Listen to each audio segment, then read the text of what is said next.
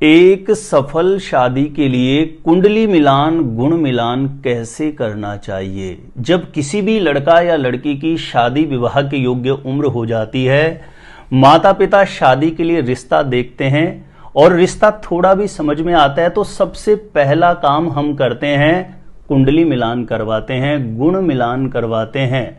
यहां पर मुख्य रूप से 3 ऐसी बातें हैं जो बहुत अत्यधिक विचारणीय हैं, अन्यथा आपकी छोटी सी गलती की वजह से एक बहुत अच्छा रिश्ता आपके हाथ से निकल सकता है। एक सफल शादी के लिए गुण मिलान, कुंडली मिलान करते समय 3 ऐसी महत्वपूर्ण बातें होती है जिनको अवश्य विचार कर लेना चाहिए।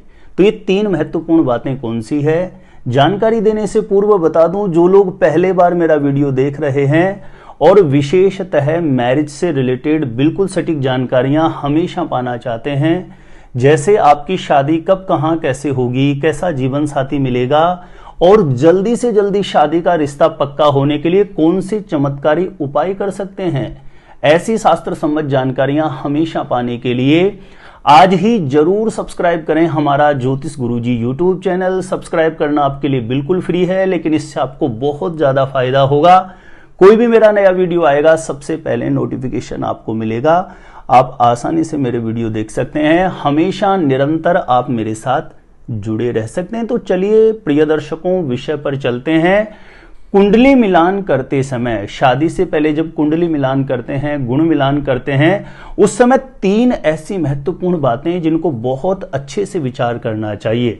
कुंडली मिलान करते समय सबसे पहला जो नियम है वह कोई भी ज्योतिषी देखता है और आप लोग भी इस बात को समझते होंगे, हम गुण मिलान करते हैं और ज्योतिष का बेसिक नियम है कि गुण मिलान 18 कम से कम आना चाहिए। 18 या 18 से ज्यादा हो तो गुण मिलान ठीक माना गया है, लेकिन 18 से कम आ जाए तो फिर मिलान अच्छा नहीं होता है। लेकिन यहां पर आप बहुत बड़ी गलती करते हैं।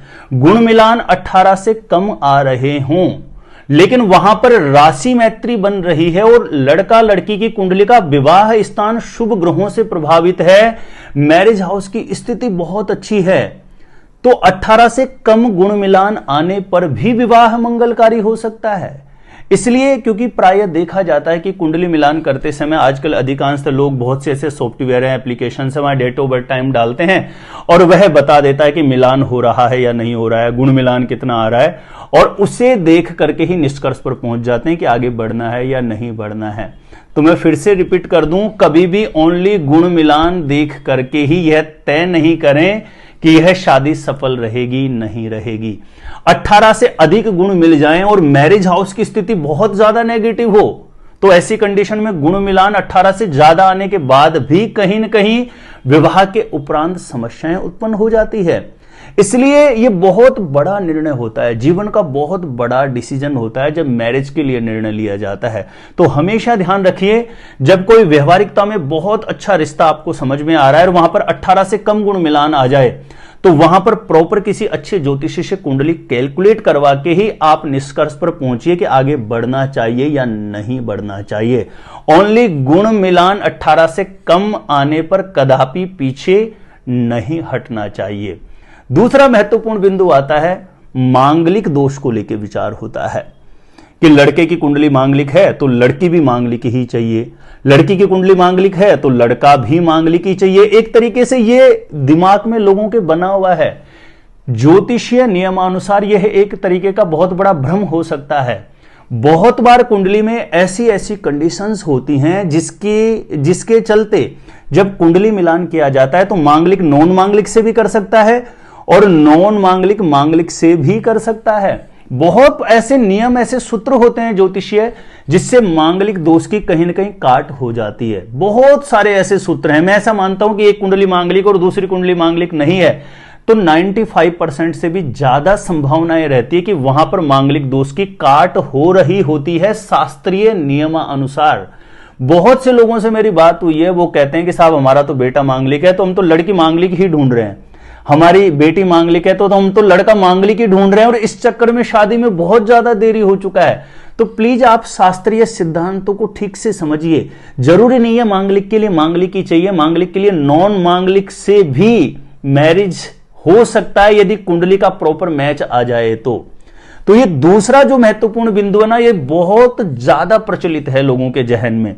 तो इसकी सच्चाई को समझिए। मांगलिक है तो मांगलिक ढूंढने के चक्कर में, नहीं तो ये कुंडली मिलान करते करते बहुत से लोग इतना परेशान हो चुके हैं और वो कहीं ना कहीं उनकी अनभिज्ञता है, प्रॉपर कोई अच्छे ज्योतिषी से मिलान करवाते नहीं है और ये भ्रम लेकर के चलते रहते हैं। ऐसे में बच्चों की शादी में बहुत ज्यादा देरी हो जाता है। तो आप समझिए, मांगलिक के लिए जरूरी नहीं है मांगलिक ही हो, नॉन मांगलिक भी हो सकता है। और 95% से ज्यादा स्थितियां ऐसी बनती है, ज्योतिषीय सूत्रों के माध्यम से ऐसी काट हो रही होती है कि मांगलिक नॉन मांगलिक से भी कर सकता है और नॉन मांगलिक मांगलिक से भी कर सकता है। तीसरा एक बहुत बड़ा महत्वपूर्ण बिंदु है नाड़ी दोष। नाड़ी दोष बनने पर भी विवाह अच्छा नहीं माना जाता है, लेकिन यहां पर भी बहुत से लोग गलती करते हैं। जैसे सॉफ्टवेयर में डाल के मिलाया नाड़ी दोष आ रहा है तो पीछे हट जाते हैं, लेकिन यह भी कहीं ना कहीं आपकी नासमझी है। नाड़ी दोष बन गया मान के चलिए, लेकिन नाड़ी दोष की काट भी होती है। नाड़ी दोष के कैंसिलेशन के सूत्र भी, पॉइंट भी बहुत सारे हैं ज्योतिष में। मान के चलिए कोई भी ऐसा सूत्र वहां पे लागू होता है, बहुत सारे सूत्र हैं। 9 नक्षत्र ऐसे हैं जिनमें से लड़का लड़की का किसी का भी नक्षत्र आ रहा हो तो नाड़ी दोष कैंसिल हो जाता है। लड़का लड़की का जन्म नक्षत्र एक है लेकिन चरण भेद हो गया तो नाड़ी दोष कैंसिल। ऐसे बहुत प्रकार के सूत्र हैं, नियम हैं। वहां पर नाड़ी दोष यदि कैंसिल हो जाता है तो निसंकोच रूप से आगे बढ़ा जा सकता है, क्योंकि शास्त्रों में जिस शास्त्र में इसका उल्लेख है नाड़ी दोष का, उसी शास्त्र में उसके परिहार का कोई सूत्र जो बताया गया है, अगर जो सूत्र वहां पर लागू हो रहा हो और नाड़ी दोष कैंसिल हो जाता है तो फिर निसंकोच रूप से आगे बढ़ा जा सकता है। तो आप जो सच्चाई है कुंडली मिलान की, गुण मिलान की, उसको जरूर समझिए। प्राय आजकल अपने आप से अधिकांश लोग कुंडली मिलान गुण मिलान करते हैं और जैसा सॉफ्टवेयर बता रहा होता है उसी को सच्चाई मान करके पीछे हट जाते हैं। यह आप बहुत बड़ी गलती कर सकते हैं। किसी अनुभवशील, किसी अच्छे रिसर्च करता ज्योतिषी के माध्यम से ही अपनी कुंडली आप कैलकुलेट करा के और फिर आगे अंततः आपको निर्णय लेना चाहिए, क्योंकि जीवन का सबसे बड़ा महत्वपूर्ण निर्णय होता है जब आप विवाह का निर्णय लेते हैं। बहुत बार व्यवहारिक गतिविधियां बहुत अच्छी रहती है, लेकिन कुंडली मिलान में इतनी ज्यादा नेगेटिव पीड़ित अवस्था होती है लड़का लड़की के मैरिज हाउस की, विवाह होते ही कुछ ही दिनों के उपरांत वहां पर समस्याएं उत्पन्न हो जाती है। और बहुत बार जो ये वीडियो बनाने का मेरा मकसद ये है कि कुछ लोग 18 से कम गुण मिलान देखा पीछे हट जाते हैं। लड़के की कुंडली मांगलिक है, लड़की की नहीं है तो आगे बढ़ते ही नहीं है। मांगलिक के लिए मांगलिक ही चाहिए, ऐसा बिल्कुल भी, ऐसा कोई शास्त्रीय सिद्धांत नहीं है। मांगलिक के लिए नॉन मांगलिक भी चलेगी अगर जो ज्योतिषीय नियमानुसार मैच हो जाए तो। नाड़ी दोष बनते ही पीछे हट जाते हैं। नाड़ी दोष कैंसिल भी तो हो सकता है। तो सही तरीके से एक उचित निर्णय लेने के लिए आप थोड़ा सा गंभीरता पूर्वक विचार करें और किसी अच्छे ज्योतिषी से कुंडली का प्रॉपर मिलान करवा के फिर आप निष्कर्ष पर पहुंचे, फिर आपको निर्णय लेना चाहिए उचित है अनुचित है। क्योंकि हमारे बुद्धि बल से जो बेसिक चीजें हैं वह तो कम से कम हमें देखना ही चाहिए, बाकी अंततः फिर ईश्वरीय सत्ता परमात्मा के हाथ में होता है आगे क्या जीवन कैसे चलना है। तो उम्मीद है कि ये जानकारी अच्छी लगी होगी। प्लीज ये जानकारी अच्छी लगी हो तो मेरा छोटा सा आपसे निवेदन है, इस वीडियो को ज्यादा से ज्यादा लोगों तक जरूर शेयर करिए ताकि लोग जागरूक हों, लोगों को कुंडली मिलान गुण मिलान की यह सच्चाई पता लगे। मेरे द्वारा अपनी जन्म पत्रिका का सटीक ज्योतिष विश्लेषण करवाना चाहते हैं तो जो स्क्रीन पर नंबर दिया है आप मुझे यहां पे संपर्क कर सकते हैं, कांटेक्ट कर सकते हैं।